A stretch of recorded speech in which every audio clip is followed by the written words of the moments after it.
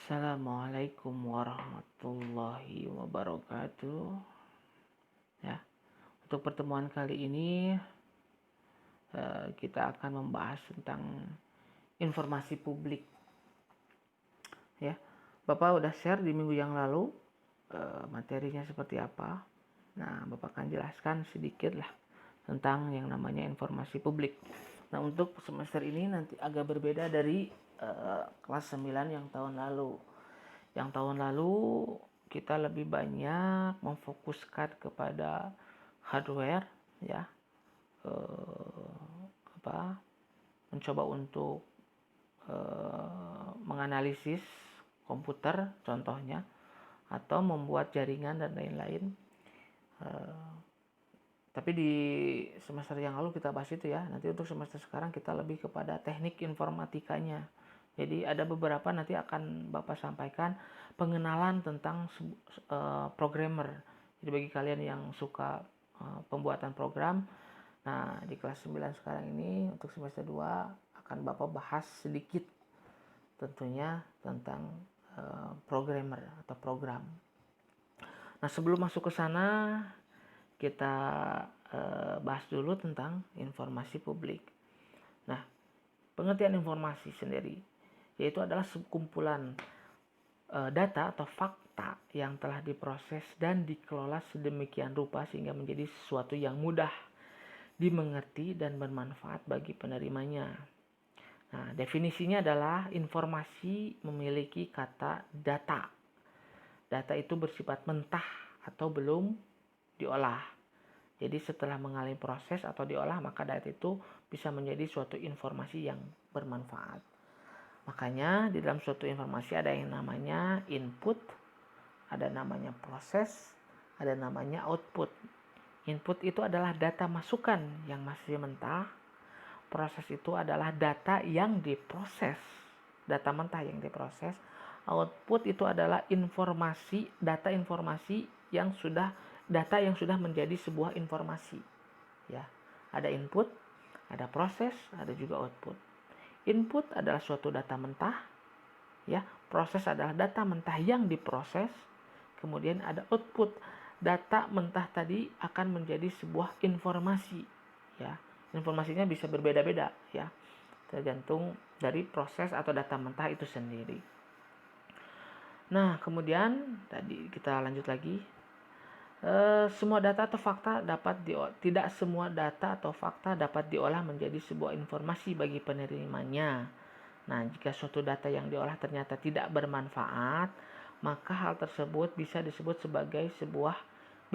disebut sebagai sebuah informasi.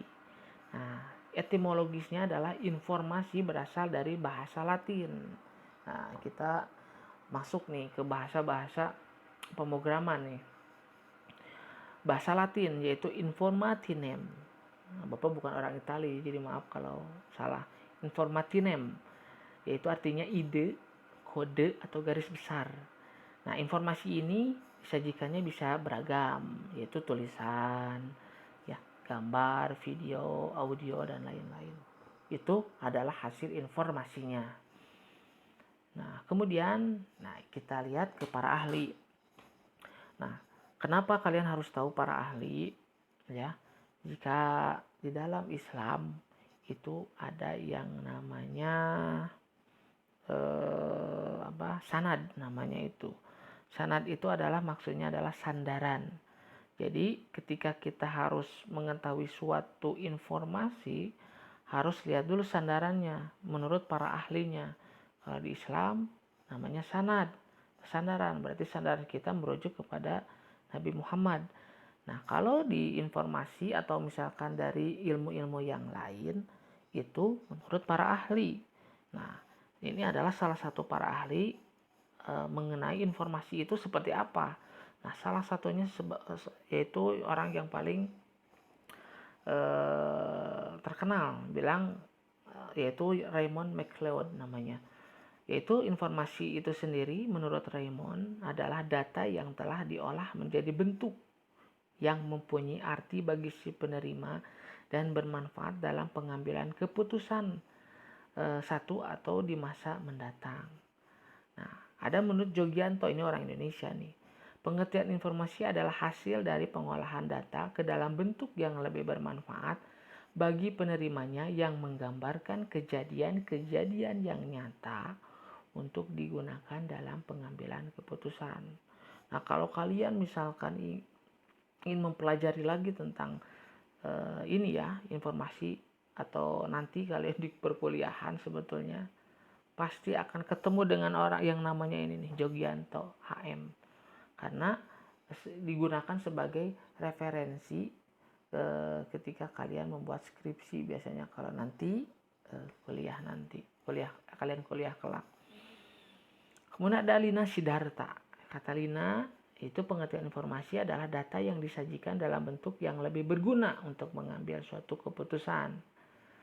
Ada George R. Terry, ya.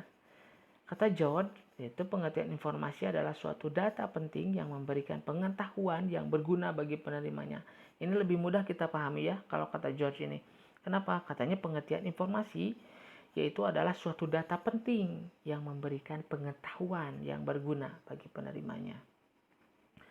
Ada menurut Azhar Susanto, yaitu pengertian informasi adalah suatu hasil pengolahan data yang memberikan arti dan manfaat bagi penerimanya. Hampir sama, jauh beda. Nah, kenapa kita harus merujuk kepada ahli, terutama kita ketika ingin menyampaikan suatu ilmu, terutama tentang informasi publik? Karena informasi ini beragam, ya. Informasi ini beragam. Kita membutuhkan para ahli sebagai suatu acuan ketika kita mengolah suatu data tersebut, ya.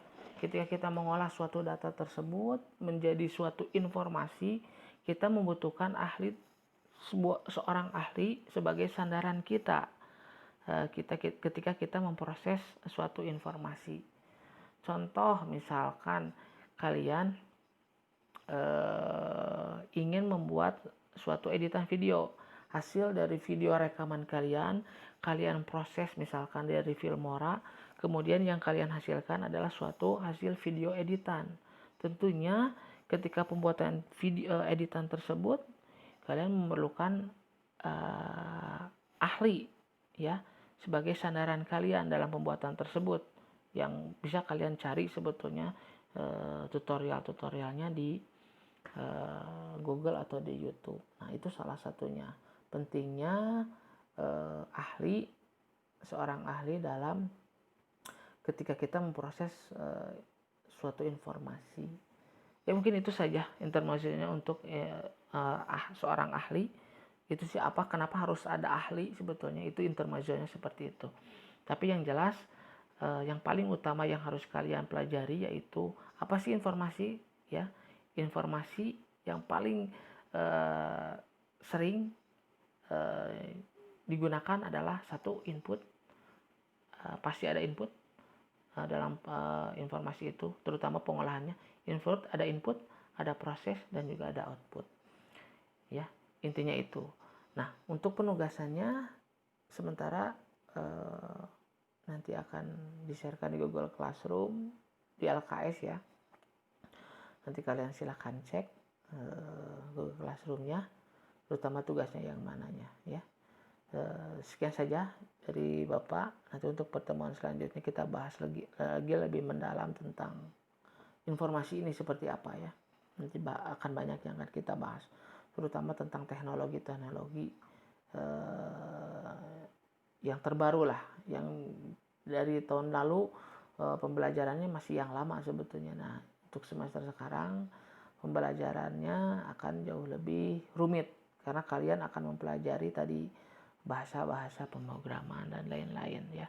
Jadi disiapkan saja, dipelajari saja, tetap semangat. Terima kasih dari Bapak. Assalamualaikum warahmatullahi wabarakatuh.